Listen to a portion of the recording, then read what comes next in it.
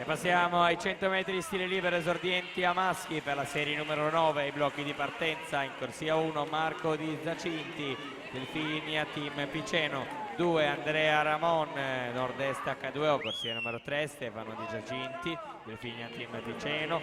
Alla 4 Fatmir Tabacu, Arca Nuoto, corsia numero 5 Tobia Miolo, San Vito. Alla 6 Lorenzo Pozzi, Gesti Sport, corsia numero 7 Luise Sancetta, San Vito.